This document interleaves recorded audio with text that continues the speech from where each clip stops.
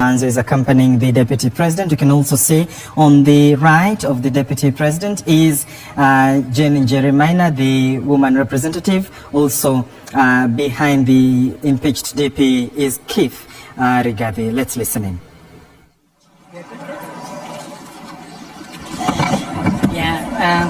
DP, just tell us, this is the first time we're seeing you after more than 48 hours. Sorry for, that particular scenario.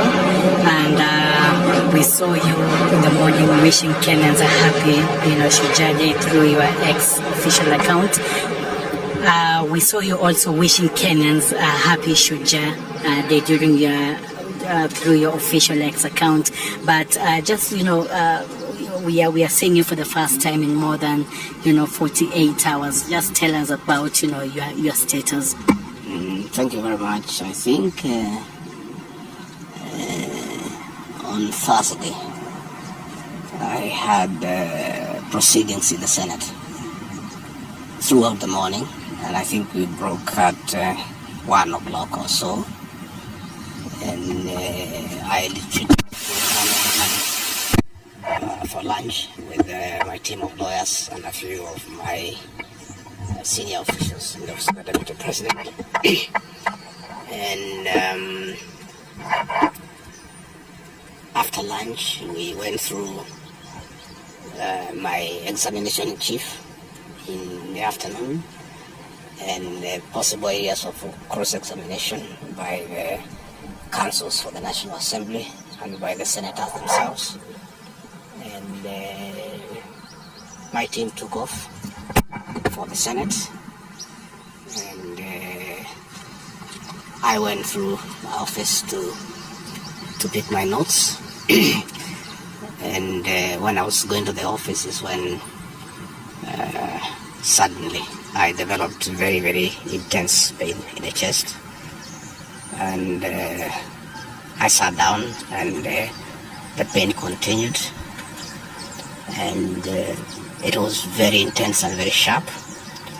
And I did call my doctor, Dr. Gachagua, of this hospital, who has been my doctor for the last 20 years. And I described him in brief how I was feeling.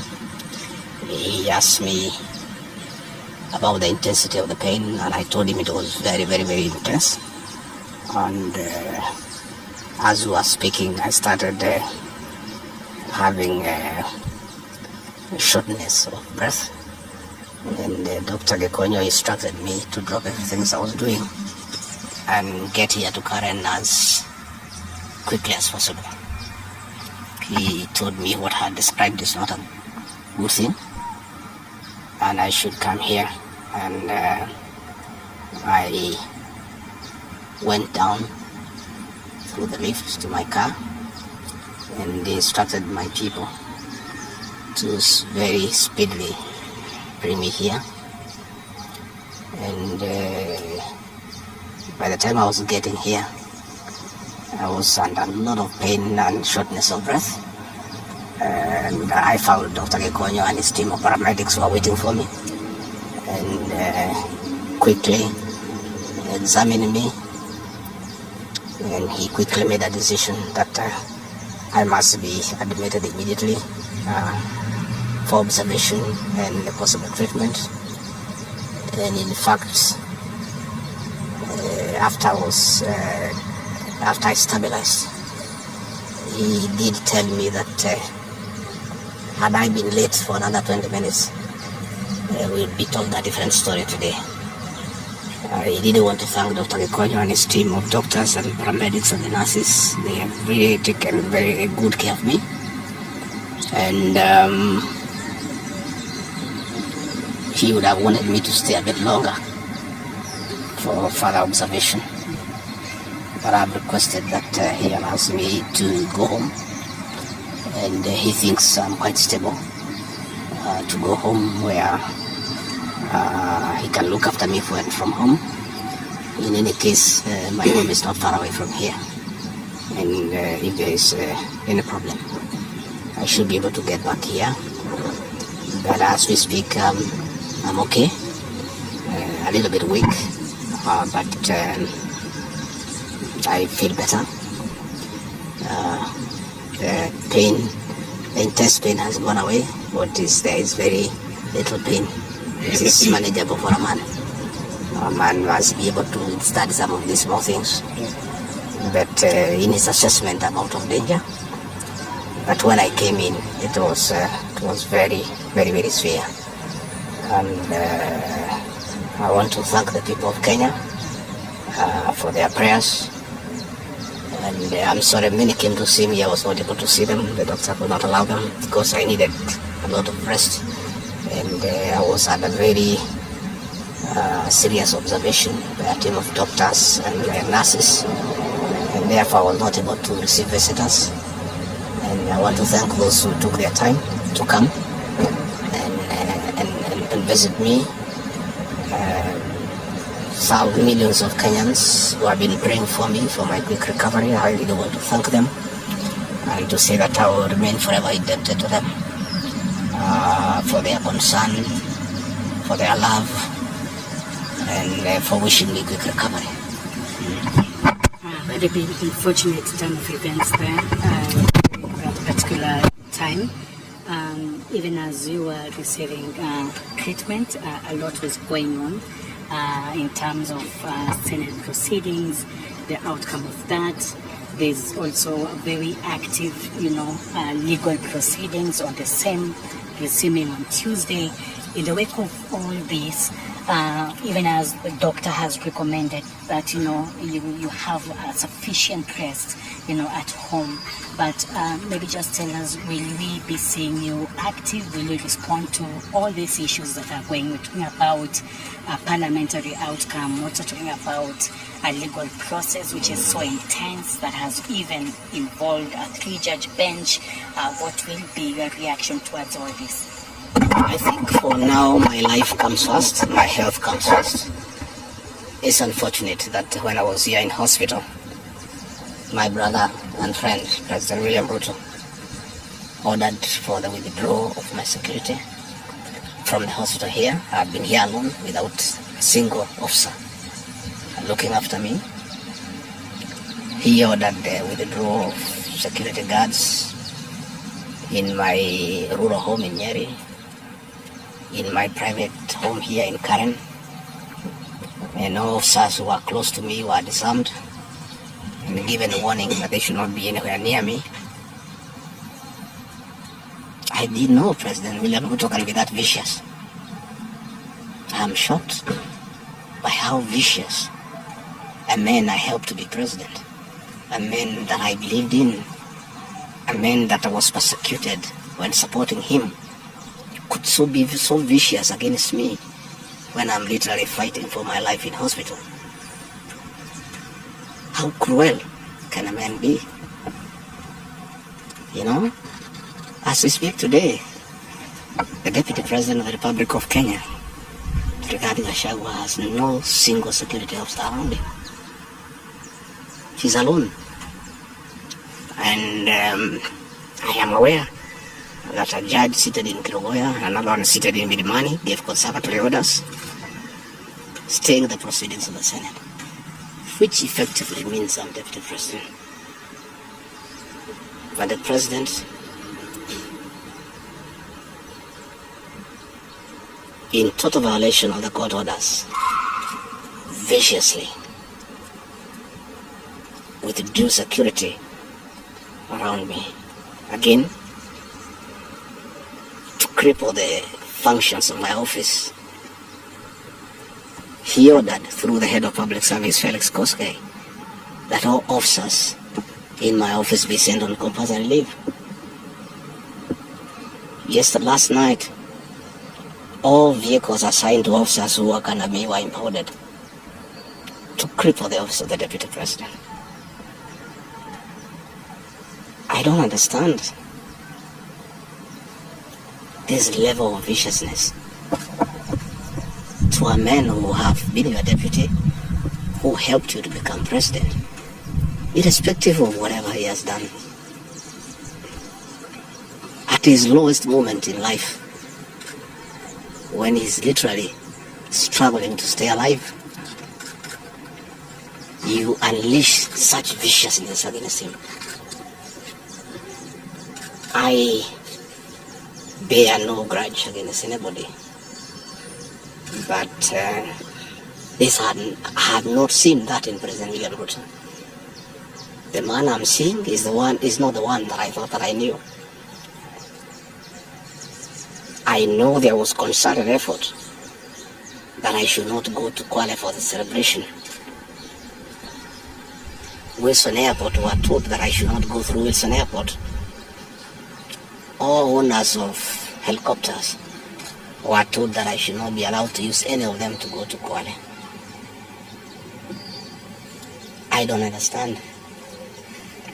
But as I say, I want the people of Kenya to know that as I go home today, I have no security. And it's good that they know. And if anything happens to me or my family, President William Ruto must be held to account. We've made many mistakes in life.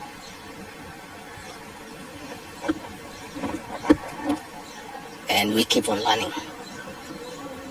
I trusted President William Ruto. The people of the region where I come from, the Mount Kenya region, trusted him. In fact, as we were preparing to go to office, nobody else trusted him. Musalia Mudavadi demanded that they must sign an MOU with him, which they did. Moses Wetangula demanded that they must sign an MOU with him, which they did. Amason Kingi demanded the same. Alfred Mutua, everybody else. I'm the only man who trusted him. Verbally, because we are Christians, we used to go to church together. And as a Christian, I believed a fellow Christian that he would never betray me or my people. For the last 1 year, it's been very difficult for me. But I'm a very persevering man, very enduring. And what happened on Thursday is a culmination of continuous persecution and stress for a year. And when I look at it, probably it is history repeating itself. That President William Ruto wanted to take me the route President Daniel Arap Moi took Kenneth Matiba. He pushed Matiba up to getting a stroke and eventually dying. When I look to what the president is doing to me, especially now when I'm in hospital, crippling me, treating me like an animal, I think he wanted to take me the Matiba route. But God is gracious. It didn't happen that way. I hear many of his people are calling here asking whether I'm dead, whether I'll survive, whether I'll recover. They were celebrating. It's the most unfortunate thing that has ever happened in this country. That you can be so vicious to a man who helped you to be president. And the crime of this man, telling you the truth. Don't evict people without compensation, Mr. President. Mr. President, don't overtax people. You are killing them, you are killing their businesses. Don't force a housing program on people. If people do not own these houses, don't force them. My only problem with the president is just being truthful, because nobody else can tell him. The framers of the 2010 Constitution wanted a deputy president who is elected as a buffer who can stand for the people. The charity we are being treated for, too, is get rid of an elected deputy president and appoint a control freak. A fellow you appoint who cannot ask a question, who cannot say anything. And I'm sure if they succeed, he'll be asked to sign an undated resignation letter so that in case he starts asking questions, he can just be told to resign. But the framers of the 2010 Constitution were very clear in their mind why they wanted a deputy president who is elected. I'm the only man in the cabinet and in the whole government who can stand up to President William Ruto and tell him, hey brother, this is not right. This Adani thing is not good for the country. There's too much corruption, Mr. President. This how thing is being forced down on the people of Kenya. And they don't like it. Please don't force it down on them. You know, situations where medical equipment that was being supplied by Kenyans to the Ministry of Health now has been given to one single Asian. I said, Mr. President, this is not right. We are killing our business people. So, as we speak, I say that my lawyers are in court. We have faith in our judiciary. And I requested that according to the rules of natural justice, I be accorded an opportunity to be heard in the Senate. You remember I presented myself to the National Assembly and defended myself. In the Senate, I was there day one. And even when the Speaker asked me to sit down to listen to the charges, I decided to stand up to face my accusers. I was there the following day. I was ready for cross-examination. The 11 counts is nothing but malice and fiction. It was a political game by the president to get rid of me. And looking at it, I don't think the president had any intention of ever working with me. I think he just needed me to help him win the election because of my mobilization capacity and the faith the Mount Kenya region has in me. So I should have been given an opportunity. I have asked my lawyers and they have told me the motion was not time-bound. What is time-bound is a select committee that should work for 10 days and then report to plenary. That committee was never constituted, so this matter should have continued and waited for me. I was ready for cross-examination so that I answer those 11 counts one by one, and I'm sure had I been given that opportunity, I would have persuaded the senators otherwise. I was not given that opportunity. When you look at the speed at which Rigathi Gachagua is being held at office, it's like the story of Simon Makonde.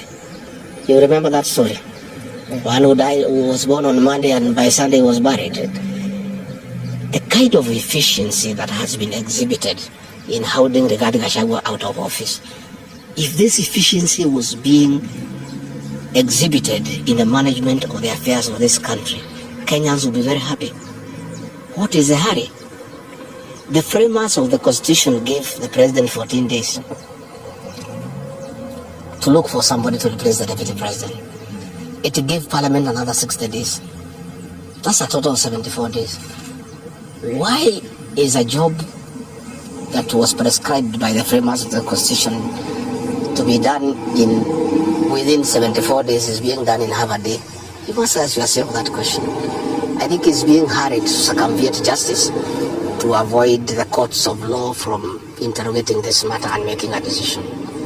The courts told us they don't want to interfere with the process, to let the parliamentary process get finished and then go to them. We have gone to them now. It's over. The courts will interrogate the process and make a determination. But I ask that the president obey court orders. Through a court order, Rigathi Gachagua is deputy president. Why doesn't he have cars? Why doesn't he have security? Why has his office been made dysfunctional? I think it's very important. But finally, I want to tell the people of Kenya that I don't feel safe. And for the first time, let me say that on 30th of August in Kisumu, undercover security agents entered my room in Kisumu and bagged it. And one of them tried to poison my food. But we detected it and we were able to escape the scheme. I was supposed to be killed through poisoning. On 3rd of September, in Nyeri, another team from the National Intelligence Service came to Nyeri and tried to poison food that was meant for me and Kikuyu Council of Elders. I did report this matter to the National Intelligence Service, and the officers who are assigned to my office, I asked them to leave because I felt I was not safe. After the 2 attempts to assassinate me through food poisoning failed, it is when this impeachment motion was hatched. When my security was withdrawn here, officers from the National Intelligence Service have been hovering in every room, in every compound here, to an extent that I had to call my wife and my children to come and stay in my room, just in case they get entry to my room or compromise the people who are treating me. So Rigathi Gachagua and his family feel very exposed because these people have tried to kill us before. They have now tried to get us out of office. So I asked President William Ruto, my brother, I helped you to be president. Leave me alone. Leave my children alone. Do whatever you want, but let me live. Let me look after my children. You can do whatever you want with the country, but allow me to live. Because I was there for you when you needed somebody to be there for you.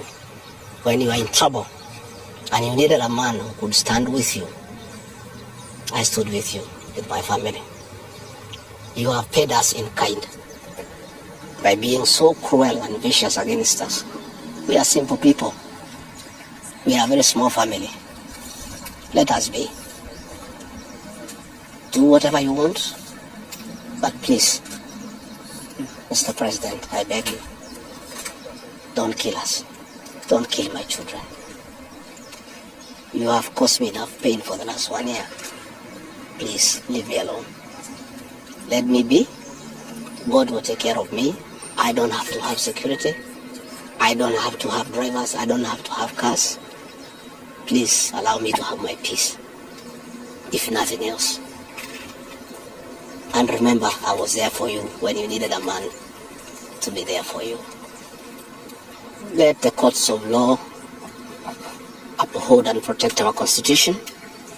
I ask the Chief Justice Martha Koome to live true to the fidelity of our Constitution, to make sure that this is a country of the rule of law, to allow the court process to take place and ensure that this process is not nugatory. There are orders asking that Rigathi Gachagua remain in office until this matter is heard and determined. Let it be. Thank you very much. If you just a quick one, please. I don't want to say.